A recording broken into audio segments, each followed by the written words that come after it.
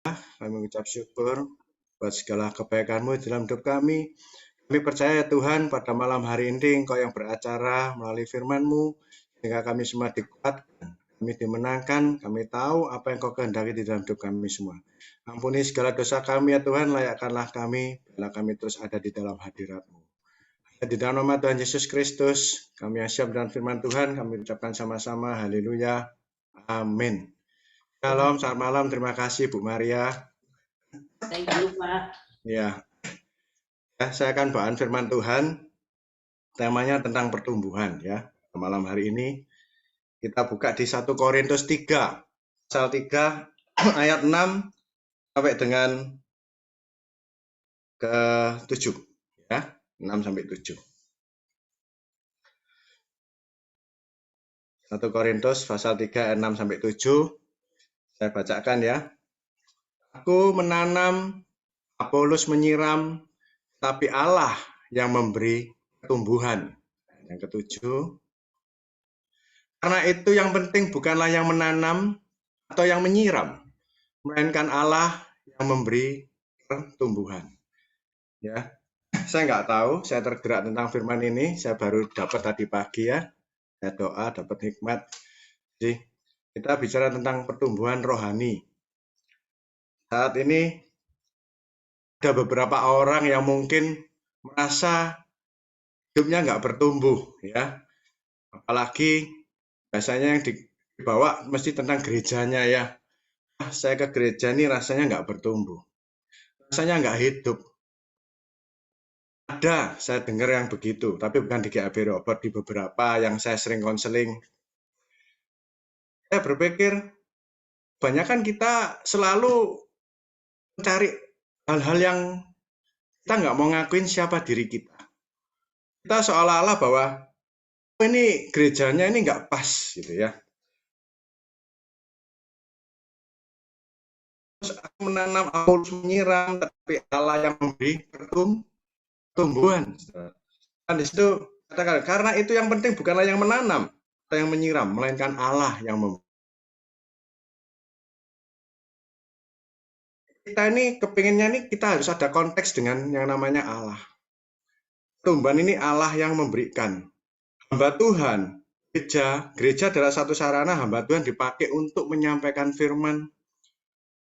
Tapi kembali lagi pertumbuhan itu kembali lagi kepada siapa? Kepada kita yang mendengarkan, mau nggak kita mau berubah untuk bertumbuh. Jadi dari kitanya dulu. Ada hubungan kita dengan Allah sejauh mana? Hubungan kita dengan Bapa yang di surga. Bicara tentang pertumbuhan. Hidup adalah pilihan. Ya. Seperti halnya pada waktu Yesus disalib antara kedua penjahat. Yesus sudah membukakan pintu buat dia untuk menyelamatkan orang yang berdosa. Namun satu hal, dari dua penjahat ini satunya merespon, satunya nggak merespon, saudara. Nggak merespon, dia bilang bahwa, karena engkau anak Allah, selamatkanlah dirimu, baru kau selamatkan kami. Satunya merespon, dia tahu apa yang misi Yesus waktu itu. Dia bilang, sadarlah, anak Allah, nggak berdosa, nggak layak dihukum seperti kita. Tuhan, ampunilah dosaku. Ingatlah akan daku. Waktu itu juga Yesus berkata satu hal begini. Hari ini juga engkau samaku, Firdaus. Saudara perhatikan engkau, bukan kalian. Padahal itu ada dua orang, harusnya kalian, tapi engkau. Hidup adalah pilihan. Bagaimana kita mau merespon tentang Tuhan di dalam hidup kita. Bicara tentang pertumbuhan, itu tentang firman. Sejauh mana kita mengaplikasikan firman di dalam hidup kita. Jadi bukan dalam artian gerejanya yang nggak pas, atau mungkin hamba Tuhannya nggak sip, kalau khotbah nggak mantap. Konteks dari mantap itu bagaimana, gereja yang hidup bagaimana, ini yang kadang masih bias ya. Padahal yang seharusnya yang benar tuh bukan gerejanya yang salah, bukan hamba Tuhan, tapi kitanya mau nggak merespon firman itu, mengaplikasikan di dalam hidup kita. Seperti halnya tadi dikatakan bahwa melainkan Allah yang memberi pertumbuhan. Melalui apa? Melalui firman Tuhan. Ya, kita akan lanjut. Bagaimana supaya kita ini dihadapkan dengan kondisi dunia yang saat ini tidak menentu, dan di saat inilah juga kita perlu yang namanya pertumbuhan rohani. Apalagi kondisi saat ini ya dengan adanya Rusia sama Ukraina ya, beberapa lalu lintas perdagangan juga ada yang cendat. Krisis di luar negeri ya, di Eropa juga mengenai gas juga cendat ya, karena Rusia nggak mau ngirim yang namanya gas lagi ke Eropa. Jadi krisis ini di dunia ini sudah melanda di mana-mana ya, inflasi, ekonomi juga sama. Nah, kita sudah dihadapkan seperti ini. Bagaimana kita masih tetap bertumbuh atau bagaimana kita melarikan diri dari yang namanya kenyataan di dalam kehidupan. Ini nggak mau kita harus hadapi kondisi saat ini. Ekonomian yang tidak mengenakkan ini harus dihadapi ya. Nah, disinilah orang diuji. Kita dilihat apa kita bertumbuh nggak dalam kerohanian kita. Kalau kita nggak bertumbuh di dalam kerohanian, ya kita pasti salah jalan. Kita menghalalkan segala cara, atau kita nggak peduli satu sama yang lain, yang penting aku hidup, masalah nggak hidup itu urusanmu. Ya, itu kata dunia, gitu ya. Tapi kita anak Tuhan, kita belajar dari firman Tuhan, kita dimulai dari mana? Kita bertumbuh, kita belajar dari hal yang kecil, kita benahin dari sikap diri kita sendiri. Yang pertama yaitu di kitab Efesus 4 ayat 29. Efesus pasal 4 ayat 29.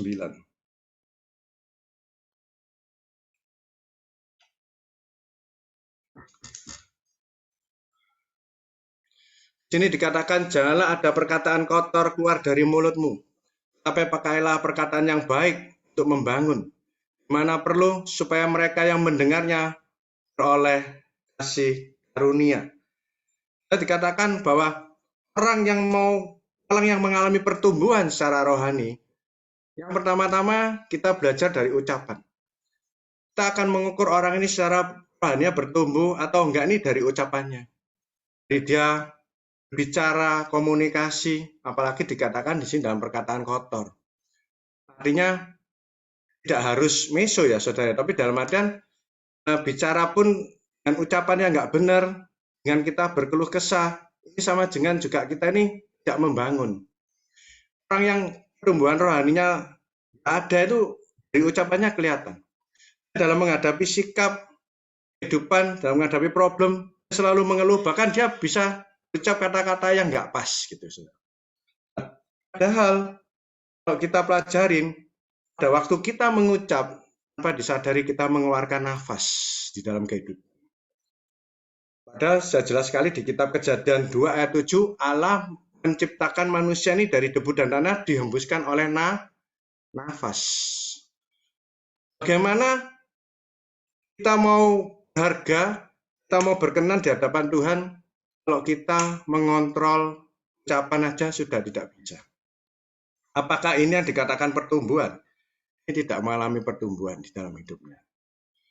Orang yang selalu mengeluh sama dengan orang yang tidak menghargai Allah yang menciptakan. Apalagi dengan ucapan-ucapan yang kotor. Cuman sudah jelas sekali bahwa karena ada perkataan kotor. Apapun sikap kita dihadapkan dalam problem apapun, kita selalu mengucap hal-hal yang baik di dalam hidup kita. Walaupun itu terjadi dalam alam nyata yang saat ini kita hadapi. Karena firman Tuhan mengatakan bahwa percayalah sudah menerimanya, maka engkau akan menerimanya. Kita belajar untuk selalu mengucap syukur dan kita beriman, sehingga kita dalam berkomunikasi, kita dalam ucapan, kita selalu di dalam hal-hal yang positif. Karena itu akan mempengaruhi keadaan yang ada.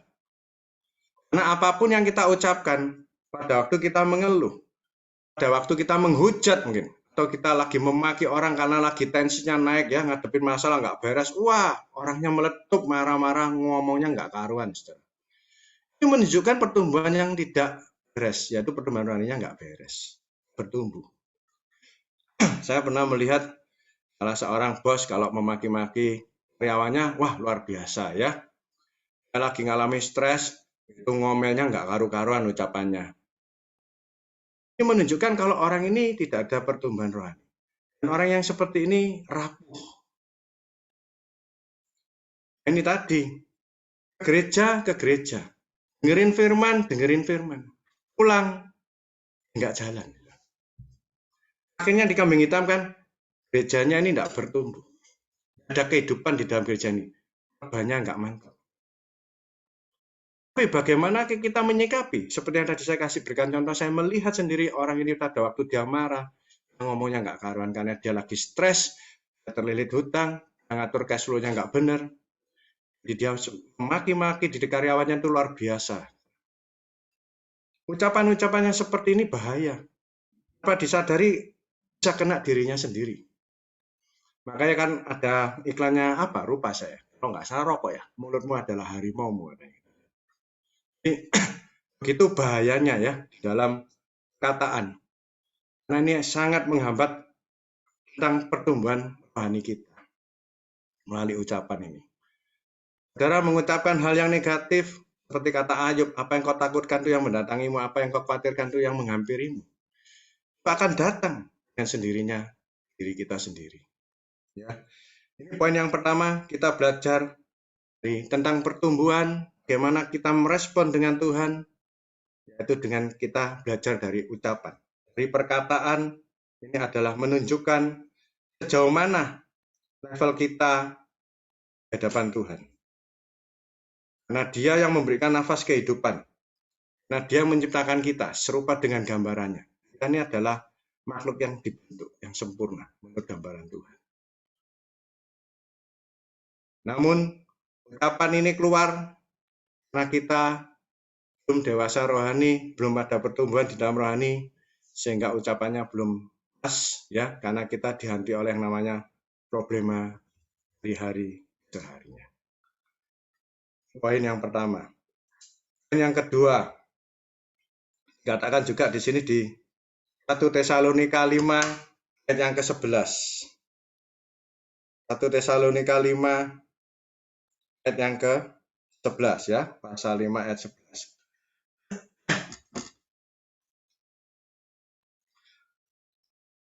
Karena itu, nasihatilah seorang akan yang lain, dan saling membangunlah kamu seperti yang memang kamu lakukan. Orang yang mengalami pertumbuhan rohani, kita belajar untuk kita bisa memperhatikan satu sama yang lain, kita belajar care. Kita mau menasihati seseorang itu dengan kata-kata yang membangun. Ya, ini sangat penting sekali. Dalam satu keluarga pun, ini contoh kita dalam satu keluarga pun, kita mulailah dari hal yang kecil. Kita melihat ada yang kurang di lingkungan kita beri nasihat. Kita beri masukan-masukan yang membangun. Ya, apalagi ini jemaat, kita nggak lepas yang namanya problem. Di sini kita belajar, saudara pun dalam menghadapi masalah, saudara pun dalam berkonseling, saudara juga perlu melihat siapa lawan bicara saudara. Saudara cari orang yang benar-benar kuat di dalam Tuhan. Karena dalam hal ini, bicara tentang menasihati, kalau kita bicara dengan orang yang level rohaninya belum bertumbuh, maka kita yang mengalami problem, kita akan mengalami jalan yang buntu. Saya ingat sekali, waktu saya dulu mengalami kejatuhan, ya, secara finansial, saya curhat sama seseorang, saya nggak sebutin namanya. Saya nggak diberi masukan, saudara. Malah saya dihakimin, saya dibilang, kamu itu bodoh. Kok sampai hilang segitu? Saya cuma bingung, saya bilang, ya memang saya bodoh ya. Kalau nggak bodoh, saya nggak hilang. Ya. Jadi, kalau orang yang bicara tentang pertumbuhan rohani ini nggak bertumbuh. Orang yang menasihatinya nggak benar, saudara. Seperti ini. Jadi, kita belajar, kita mau bertumbuh, ya kita juga mulai kita belajar baca firman. Kita juga belajar untuk menasihati orang yang levelnya di bawah kita, yang mungkin dia lagi mengalami masalah, tapi kita berikan nasihat yang bagus, kita berikan motivasi, kita membangun. orang yang sedang bermasalah tersebut. Dan ini poinnya luar biasa mata Tuhan. Kenapa saya bisa mungkin ada beberapa orang yang di seberang kita join ke kita. Saya waktu pertama kali saya belajar untuk konseling orang, akhirnya bisa datang ya, dengan firman Tuhan. Belajar dari nasihati tadi, minta hikmat Tuhan, saling membangun, ngasih motivasi yang bagus menurut firman Tuhan. Ini yang tergerak di dalam hati saya. Jadi yuk kita belajar menasihati seorang yang lain dan saling membangun. Seperti yang memang kamu lakukan, dalam tanda kutip, lakukan sesuai dengan firman Tuhan. Pernah nggak sih kita belajar melihat seseorang, apalagi dia belum mengenal Tuhan, kita belajar supaya dia mengenal Tuhan melalui perbuatan kita, hingga kita dalam sharing di dalam dia, di dalam konseling, orang ini bisa tergugah. Akhirnya orang ini bisa belajar untuk mengenal Tuhan dan bisa ikut ke jalan Tuhan. Ini yang namanya juga pertumbuhan. Kita bertumbuh, kita juga menumbuhkan orang lain melalui nasihat-nasihat, melalui support ya, melalui dukungan yang membangun pada orang yang sedang mengalami problem di dalam kehidupannya. Sangat kompleks, sangat complicated ya. Jadi ini memang tidak mudah. Tapi kalau kita mau bertumbuh secara rohani, ya kita harus belajar seperti ini. Karena saudara dengan menasihati, saudara dengan membawakan firman secara tidak langsung, firman ini adalah terang dan bermata dua. Dalam artian kita pada waktu membriefing orang dengan firman Tuhan, kita menasihati orang itu tanpa disadari, saudara pun juga dinasihati melalui firman itu. Inilah yang membuat kita mengalami juga pertumbuhan rohani. Amin ya. Sekarang saya akan masuk ke poin yang ketiga. Itu dikatakan 1 Korintus 14 ayat 26.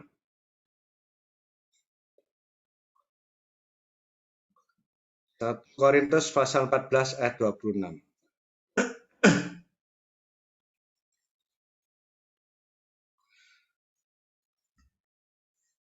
Jadi bagaimana sekarang saudara-saudara, bagaimana kamu berkumpul, hendaklah tiap-tiap orang mempersembahkan sesuatu. Seorang mazmur, yang lain pengajaran atau pernyataan Allah. Atau karunia bahasa roh, atau karunia untuk menafsirkan bahasa roh. Tapi semuanya itu harus dipergunakan untuk membangun. Seperti yang tadi saya utarakan bahwa ini ada hubungannya dengan yang poin yang kedua. Bahwa kita sharing ini dengan firman, kita selalu adakan waktu yang khusus.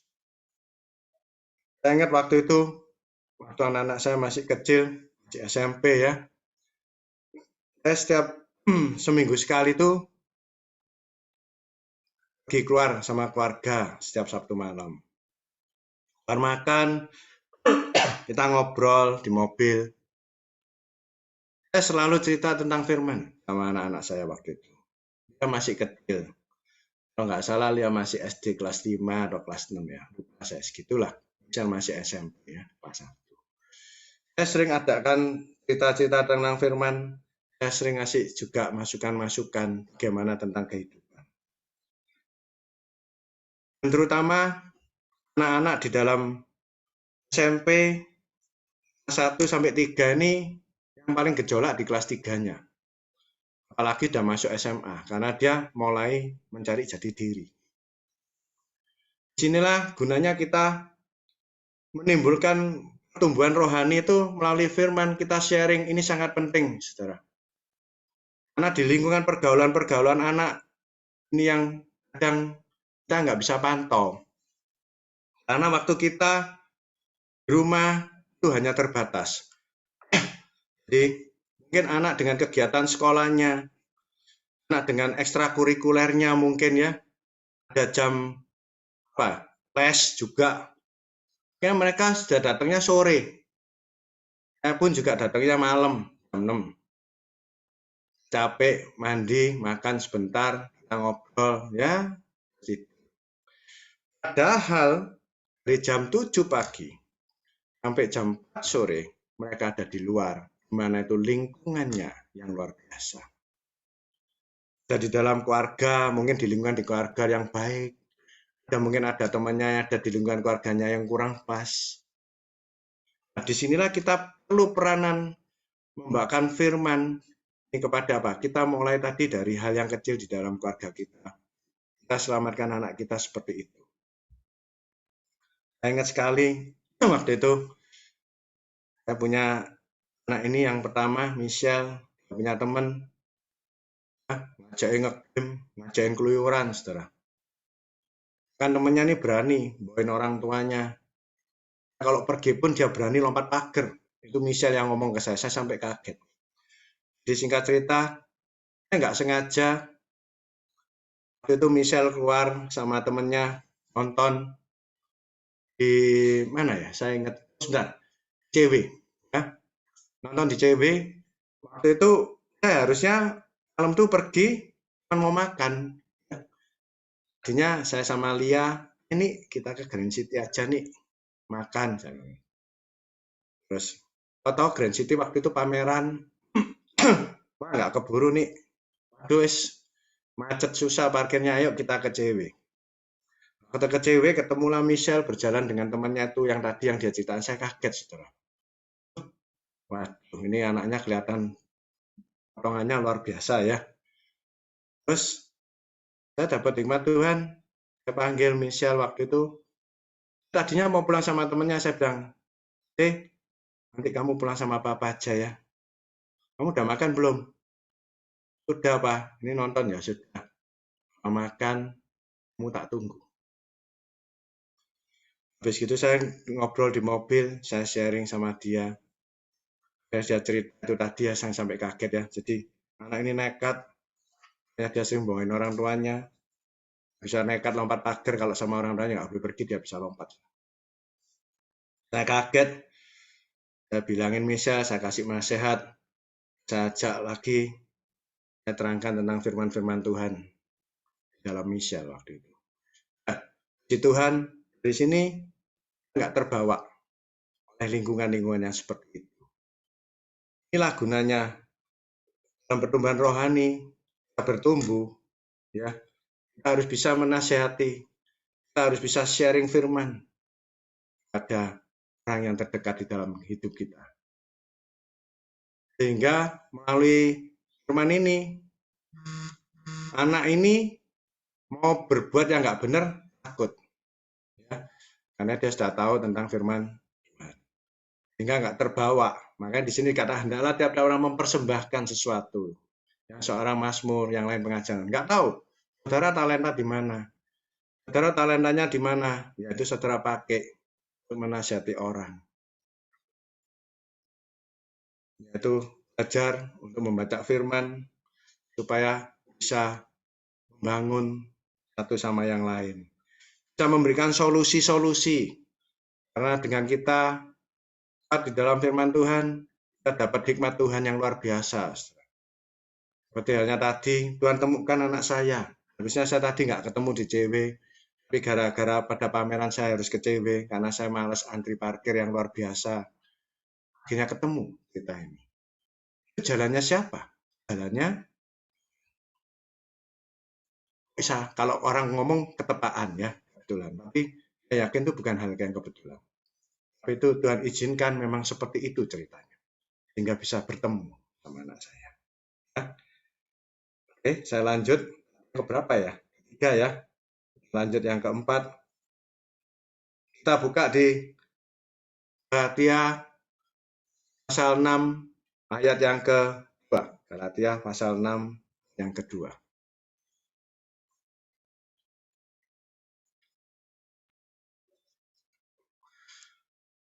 Tolong-tolonganlah menanggung bebanmu. Demikianlah kamu memenuhi hukum Kristus. Ada yang kedua ya. Kita buka juga ini sama. Ini tentang yang keempat. Kita buka Roma 15 ya. Jadi ini kita bertolong-tolonglah menanggung bebanmu. Demikianlah kamu memenuhi hukum Kristus ya. Kita buka di Roma 15 ayat yang pertama sampai yang ketiga. Pasal 15 ayat pertama sampai 3. Kita yang kuat wajib menanggung kelemahan orang yang tidak kuat. Dan jangan kita mencari kesenangan kita sendiri. Dikatakan di Galatia bahwa tolong menolong seperti halnya di dalam yang dilakukan Kristus menanggung bebanmu. Kita belajar dari sini, kita ini yang kuat bisa menanggung kelemahan orang yang tidak kuat. Dan jangan cari kesenangan kita sendiri. Kita belajar orang yang mengalami pertumbuhan rohani, orangnya pasti suka menolong. Orang yang mau bertumbuh harus berani menolong dalam satu sama yang lain kalau ada orang yang mengalami kesusahan. Jangan kita menutup diri atau kita belajar, aku nggak lihat lah kalau dia susah, rasanya kok nggak apa-apa ya. Nggak perlu ditolong ini rasanya. Atau mungkin karena kita merasa, ini bukan urusanku ya, urusanku aja sudah repot. Apalagi ngurusin orang lain. Namun di sini katakan kita jangan egois. Kan tadi sudah dikatakan melakukan hukum Kristus. Pada waktu Kristus menanggung beban kita di kayu salib. Itu sudah hal yang luar biasa Tuhan Yesus tunjukkan di dalam hidup kita seperti itu. Kita dibandingkan sama Yesus nggak ada apa-apanya. Yesus menanggung beban dosa, dicambuk, ya, dianiaya, dipukuli, wah bapak belur ya saudara ya. Kan kepalanya aja dimahkotai duri. Aku dia sampai kejang. Badannya sampai aku kejang gitu ya. Kalau kita lihat salib Kristus sampai badannya miring gitu. Itu berat. Dibandingkan kita yang hanya mungkin menolong orang yang sedang membutuhkan, nggak seberapa berat, kita nggak perlu adu fisik, kita nggak perlu dihajar seperti itu, tapi kita masih nggak mau dalam kepedulian seperti itu. Di sini kita harus belajar untuk saling membantu, saling menanggung kelemahan orang yang tidak kuat. Ini sangat penting sekali, saudara.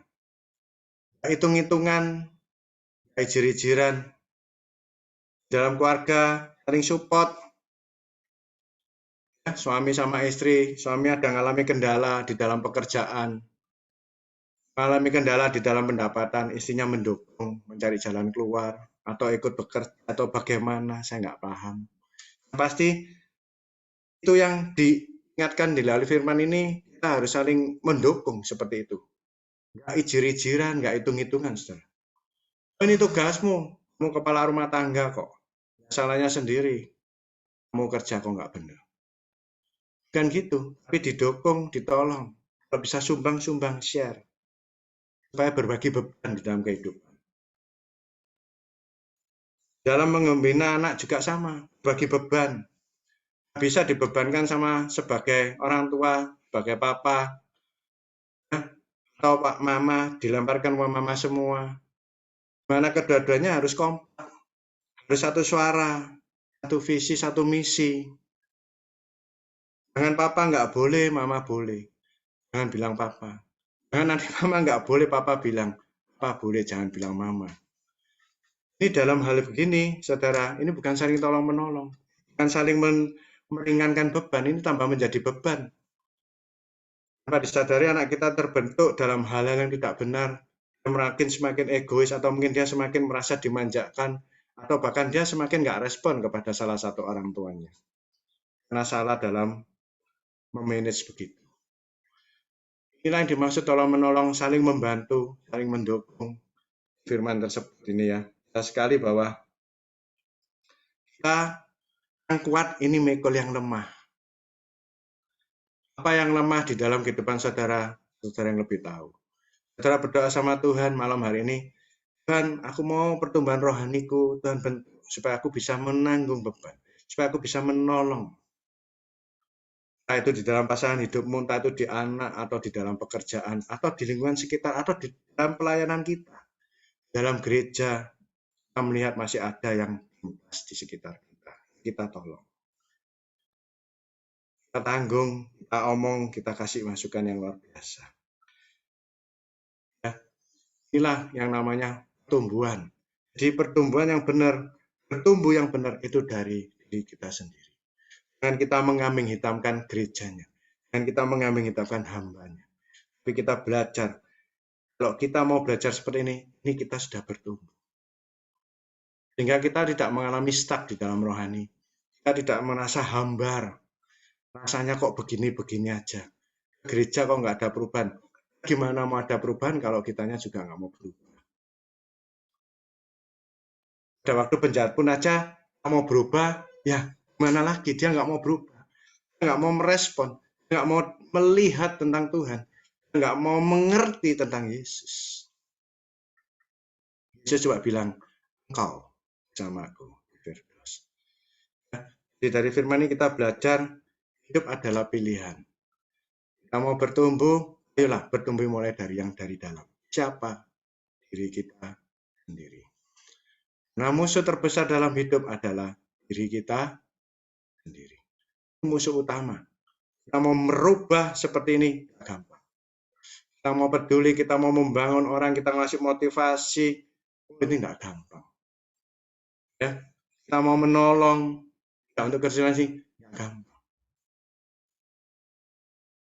Saja dalam memanage dalam waktu saya di tempat kerja, ini juga nggak gampang. Ngadepin orang-orang yang berbeda karakternya, ada yang egois, ada yang nggak bisa diatur, ini nggak gampang. Ini tugas kita juga. Tugas-tugas untuk kita menolong melalui sikap-sikap kita.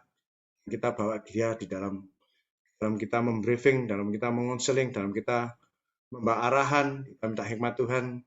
Melalui firman ini kita diberikan hikmat sehingga kita bisa menyelesaikan masalah atau problem solving dengan baik. Ya, ini firman Tuhan yang saya sampaikan pada malam hari ini. Kita belajar bertumbuh. Ya. Pertumbuhan mulai dari diri kita sendiri. Seperti tadi ya, saya cuman saja ambil rangkumannya ya. Yang pertama dari ucapan ya, orang yang rohaninya bertumbuh itu ucapannya kelihatan ya saudara ya, nggak mengeluh, nggak ngucapin kotor. Terus orang yang bertumbuh nggak kelihatan dari dia cara menasehati ya, mau membangun dengan memberikan positif, pikiran-pikiran yang positif dari hal yang kecil, perhatikan. Yang ketiga, yang bertumbuh juga memberikan masukan melalui firman.